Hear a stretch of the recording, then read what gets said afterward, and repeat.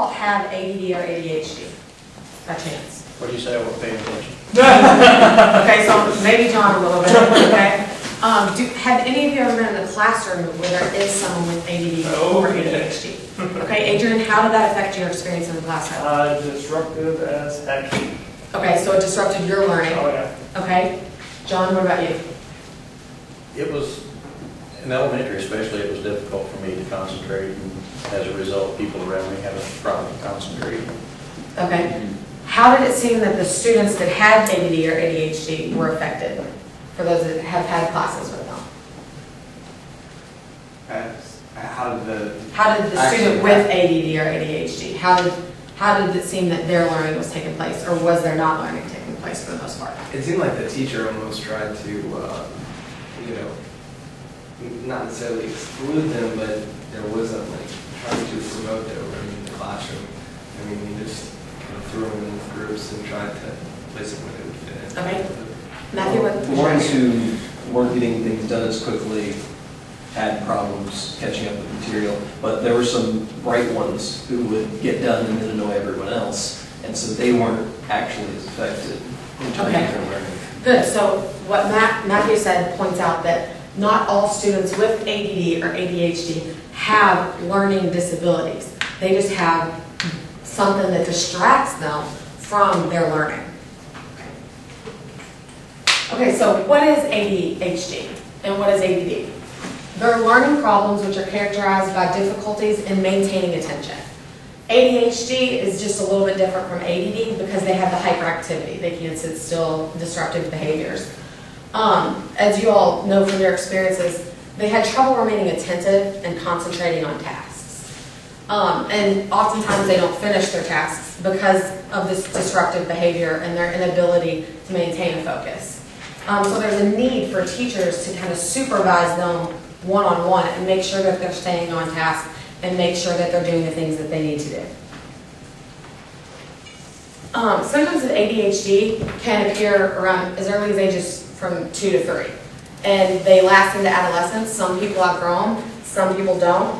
About 1/2 to 3/4 of the students that last throughout their adolescence, if not longer. It affects 3 to 7% of all children in the United States. So that's a lot. If you think about in the classrooms, how many experiences you all have had in classrooms with kids with ADD or ADHD. That's a lot of students.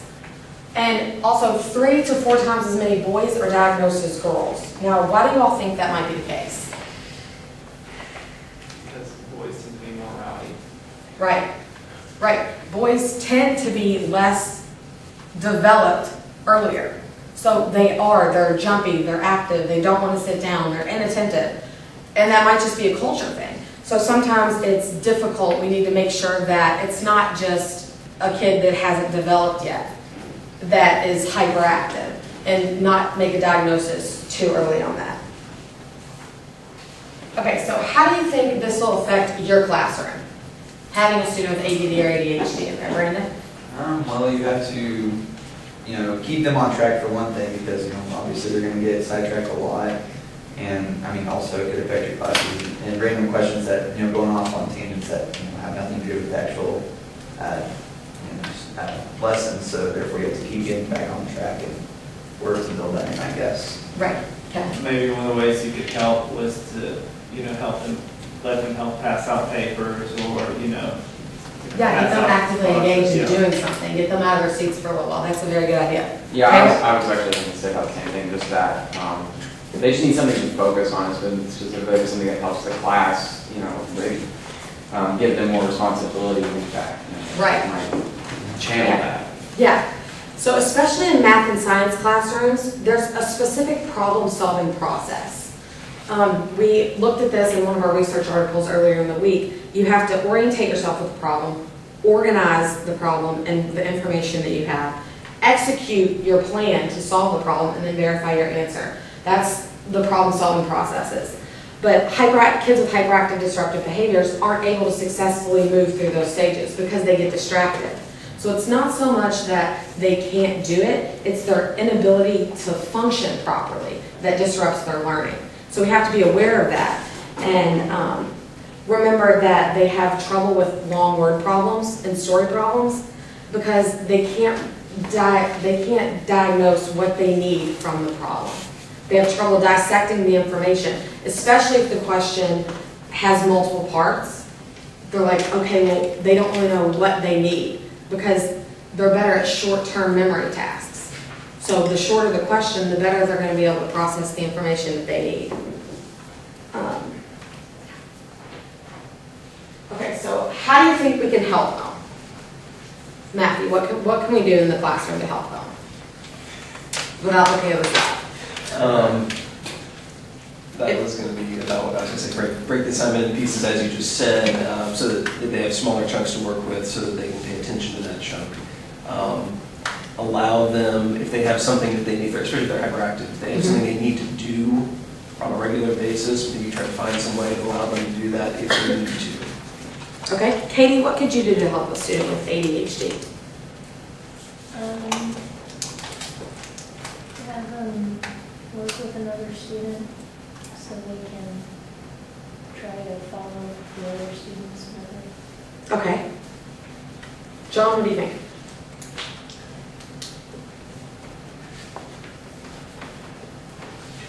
I think the one thing that worked well with me was the teacher knew me and had, evaluated where I was, and they were able to pretty much anticipate the tangents that I was going to go on. And so they actually cut it off a lot of times before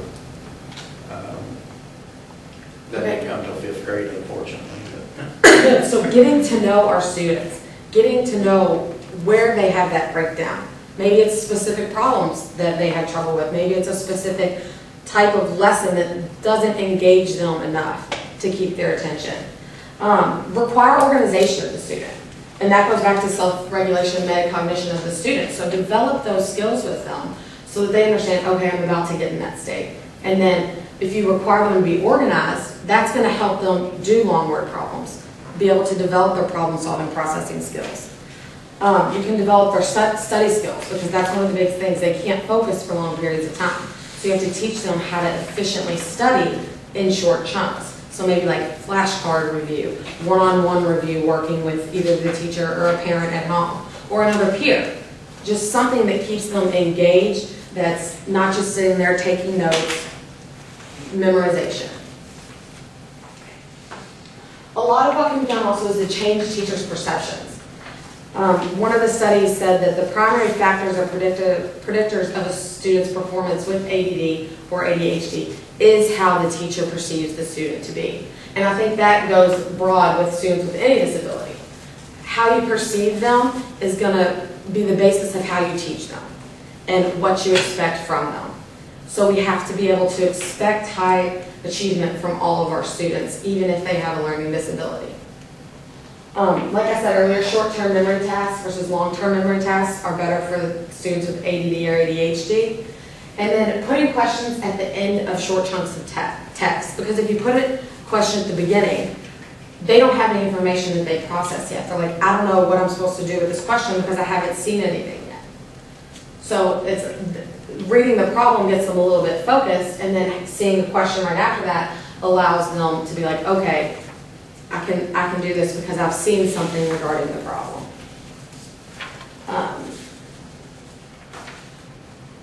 So that's basically it. Any questions? How can you, in the classroom, something that I've always wondered is, how can you tell when students are having a problem with either lack of discipline or whether they actually have a problem with ADD or ADHD? That's something I've always wondered. Right. No, and that's a big debate as well. If it's just the lack of discipline in the house, in the home life, Right. and in the classroom, or if it is some sort of attention deficit behavioral disorder. And it's important to be able to look at, okay, is it only a specific task that they don't do well? Like, do they only not like sitting there and reading? Because if so, not many kids really do like that. So if they're only disruptive in a couple of tasks, then they might not be ADD, ADHD. It might just be a lack of discipline on their part or their parents' part or your part in the classroom to get them to apply that and do what they need to do. because I know that they actually have kids who are diagnosed with it. Right. There are also the kids who they haven't diagnosed, and you don't know whether that's a problem. So Right, that's- and it's important to look for girls or kids that are quiet that might have these problems, but they just don't exert it as obvious as kids with the hyperactive disorder. Because they're gonna possibly still be achieving, but might still have a problem. So it's important to not only notice the people that are loud and crazy and disrupt behavior, but also the ones that are a little more introverted and maybe haven't completely developed the disorder yet. I mean, ADD is kind of more internal. Right. ADD is more of a lack of a problem in your brain that you can't sit there and focus. You're not necessarily always hyperactive. Yes. Can you take medicine for both of these things? Yes, you can.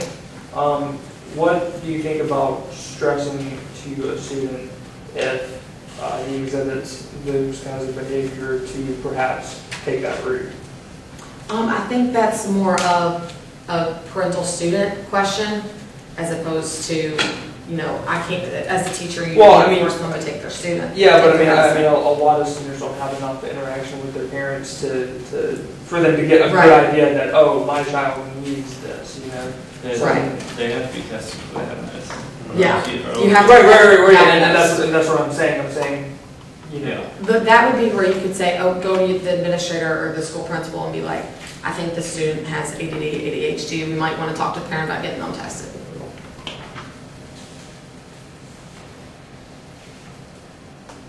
Is that it? All right, thank you guys.